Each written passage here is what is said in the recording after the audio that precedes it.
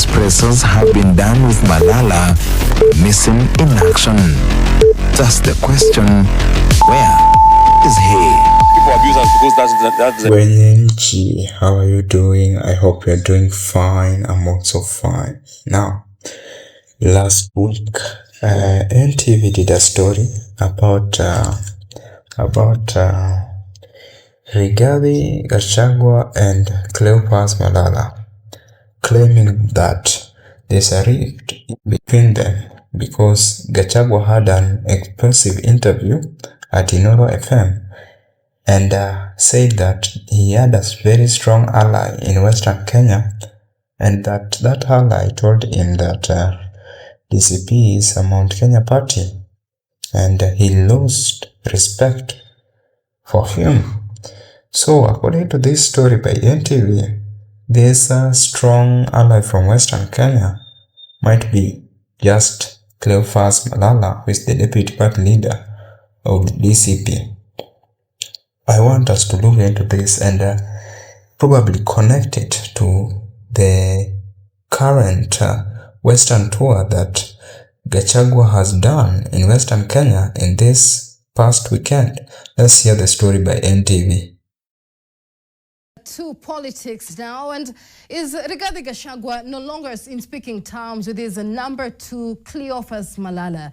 The former DP has in recent days chosen to speak through Nyandarua Senator John Methu, apparently ignoring his second-in-command Cleophas Malala and even making changes to the brass of the DCP formation. So, is it the end for Malala and Gachagua, and what could have occasioned the fallout?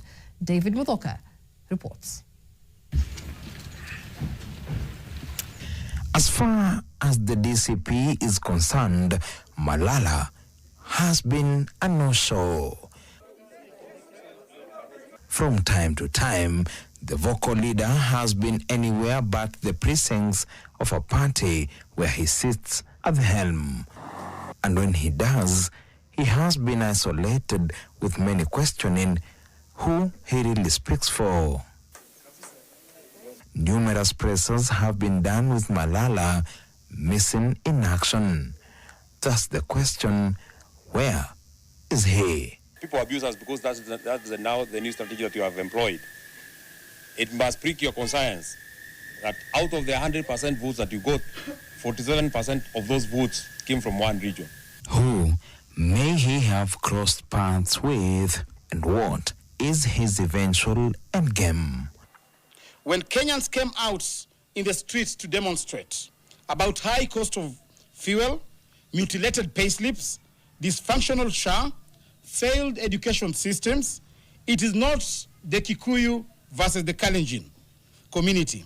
Mr. Murkomen, it is about 55 million Kenyans suffering high taxation, double standards, bad roads, poor policy, among others.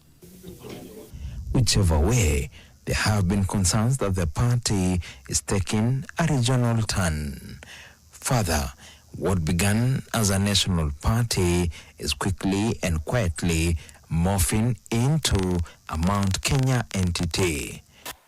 Teachers, civil servants, and all employees and Kenyans saying no to Mr. Ruto are doing so because of the personal pain they are going through, courtesy of Mr. Ruto and not the Kalenjin community. If then we buy to your opaque argument that 55 million Kenyans are fighting Ruto because he's a Kalenjin, we then need to argue that William Ruto is the only Kalenjin in Kenya and the 55 millions of us are all Kikuyus. Questions continue to abound over whether the party can mount a national challenge to Ruto's broad-based formation. We actually would want to leave it at that. I'm sure we'll also call you at a future date as we continue to give blow-by-blow accounts of what we want to do and what we are planning for the people of Kenya. I want to thank you very much. Asanteni sana. Malala has been unreachable for comment. However, without naming names, Gachagua had this to say when he appeared on Inoro TV within the week in his vernacular Kikuyu language, and I quote, "I had a strong ally from Western region who recently called me to tell me DCP has gone tribal and is only defending Mount Kenya interests. I scolded him and asked him whom he wanted to defend Mount Kenya people. I have since told him that my respect for him is gone." Kama kawaida, I'll start with a story. Now, there was once a matatu sacco in Kenya that started in Murang'a. Business was booming. The chairman then decided, we are now a national sacco. So they recruited a guy from Kakamega to be the face of Western Kenya. They printed posters saying, from Busia to Mombasa, we are one family. Everyone clapped, everyone celebrated. Until one day, the chairman appointed a new treasurer from his village without consulting anyone. The Western representative found out from Facebook. Suddenly, family meetings became court sessions. The WhatsApp group became a battlefield. People started arguing about contributions. Someone wanted custody of the receipt book. Another wanted custody of the stamp. And before long, people realized, kumbe hii sacco ilikuwa family business, yenye ilikuwa imevaa national suit. Ladies and gentlemen, welcome to the latest episode of DCP Politics. For months, DCP sold itself as the vehicle that would rescue Kenya from tribal politics. It was marketed as the national alternative, the people's movement, the home of opposition.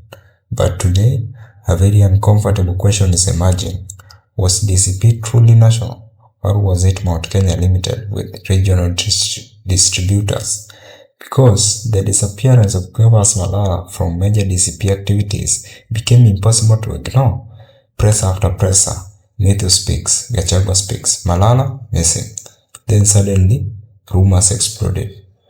Let's look at the Methu appointment. According to reports and insiders, tensions escalated after John Methu was elevated to the powerful Secretary General role.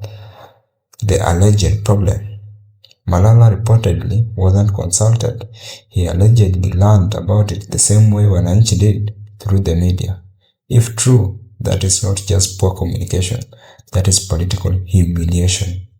Because you cannot call someone your co-principal and then treat him like an ordinary supporter watching Citizen TV.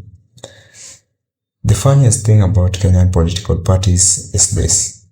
They are always launched like churches. Everyone says this party belongs to all Kenyans. 3 months later, who is controlling the offering basket? Suddenly, ideology disappears, then counts percentages, signatories, contributions, ticket allocations. Politics in Kenya has a strange ability to transform revolutionaries into accountants. Let's look at the money angle. Now, let's be very careful. There are claims that about 40 to 60% revenue sharing arrangement remain allegations and have not been publicly proven. However, if fundraising disagreements truly emerged, they expose a deeper truth. Political parties don't collapse because of ideology. They collapse because of power and resources. Because once aspirants start paying fees, everyone suddenly remembers they have principles. Now, here's the deeper issue. Forget Malala for a moment. The real question is, can Gachagua build a national party? Because DCP's biggest challenge has never been Ruto. It has always been perception. Many Kenyans outside Mount Kenya ask, if Gachagua couldn't share power comfortably with Ruto, how will he share power with us? Fair or unfair? That perception exists, and Malala was crucial in countering it. He gave DCP Western legitimacy. He told Western Kenya, this isn't another regional outfit. If Malala leaves, DCP loses more than a politician.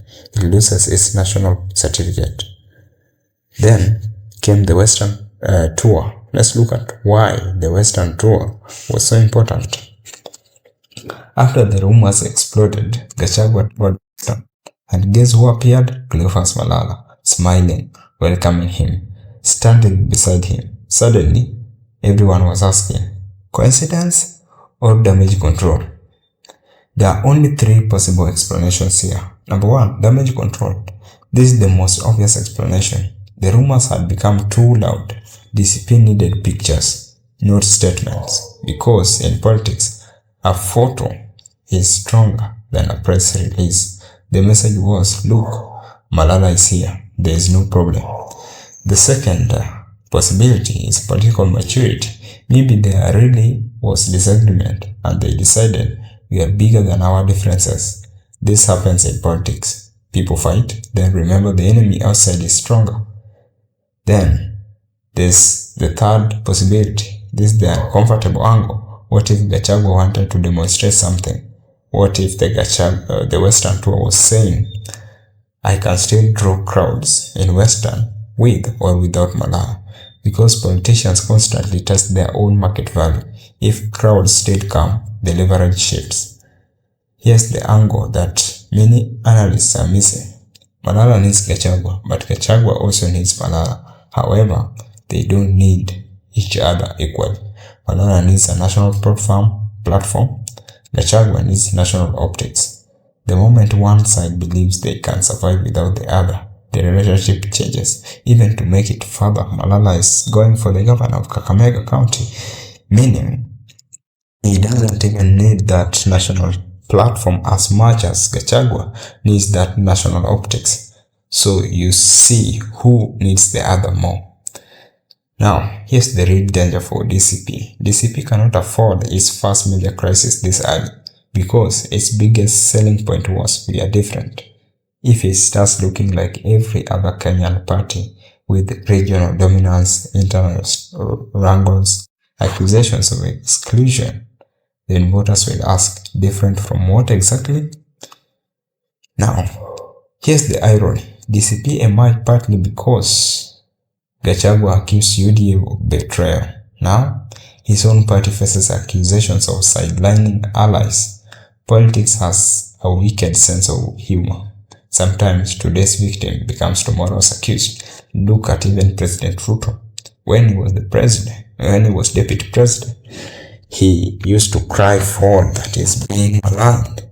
And remember when he took control, he decided to do the same to his deputy.